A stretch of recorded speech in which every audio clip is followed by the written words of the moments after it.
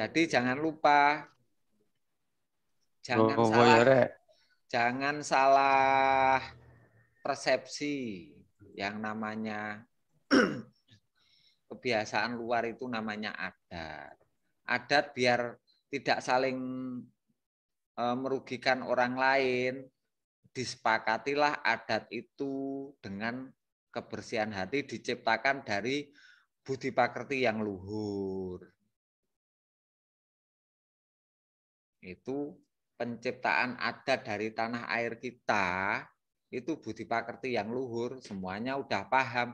Keluhuran budi pakertimu itu yang masih dilakukan, masih masih terjaga sampai sekarang.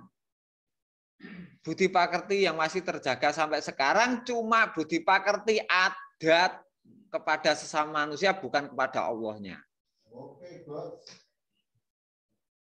Nah, akarnya, ikhlasnya kepada Allah itu yang hilang, belum tahu alamatnya Tuhan.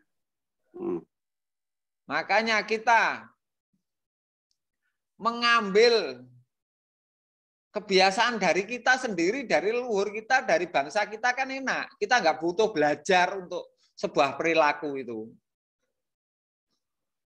Untuk kelakuan itu loh, kita itu nggak butuh belajar.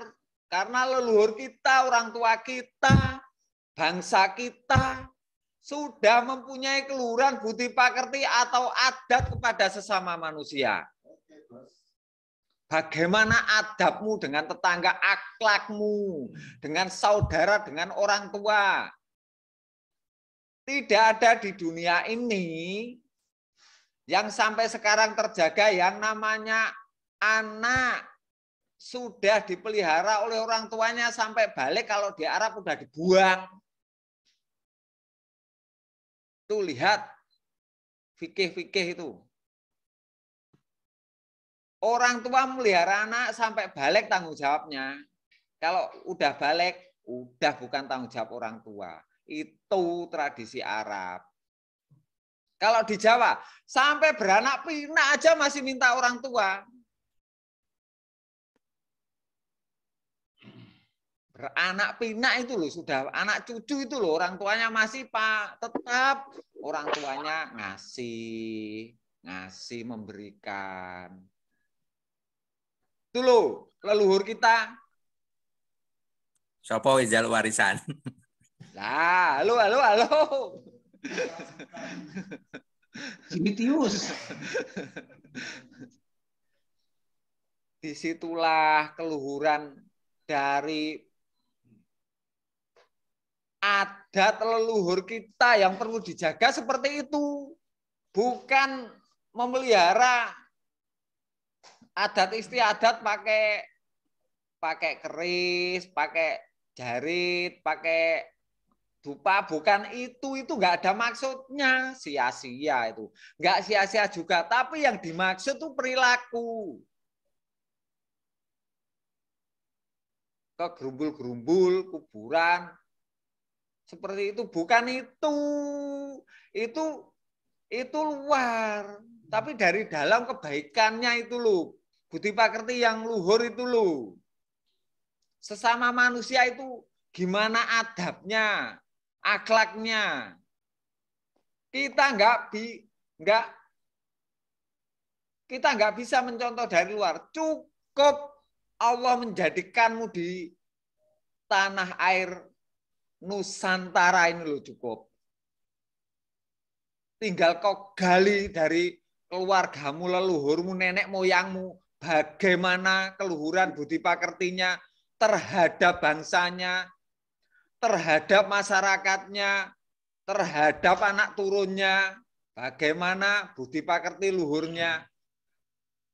Itu loh adat yang perlu kau contoh,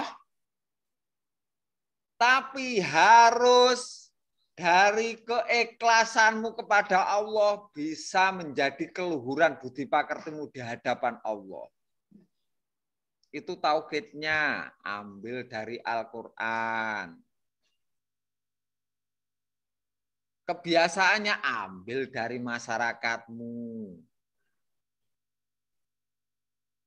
Sudah klop.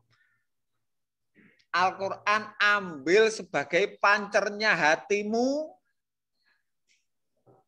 Adat istiadat kebiasaan dari leluhurmu kau jadikan kebiasaan di duniamu. Sudah klop, kita bersama-sama menjadikan kebangkitan Nusantara kita sebagai mercusuar tolak ukur keberhasilan masyarakat dari seluruh dunia ada dari Indonesia.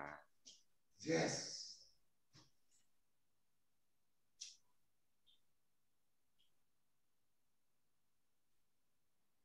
Al-Quran dijawake bukan di bahasa Jawa kan, bukan dilakoni, dijadikan perilaku Jawa beneh, baik hati, baik budi pakerti.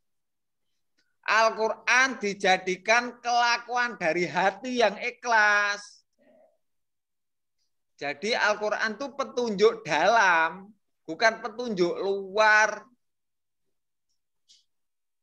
Agar engkau selalu dekat dengan Allah. Al-Quran itu hubungan antara dirimu dengan Allah itu loh. Bukan dirimu dengan manusia, bukan dirimu dengan nafsumu.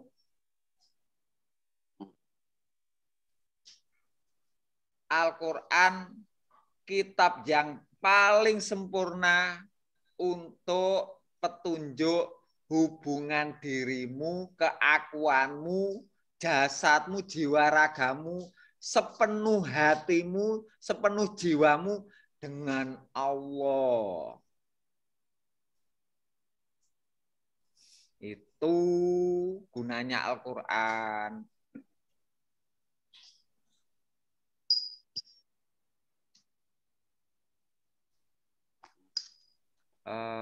Mungkin ada yang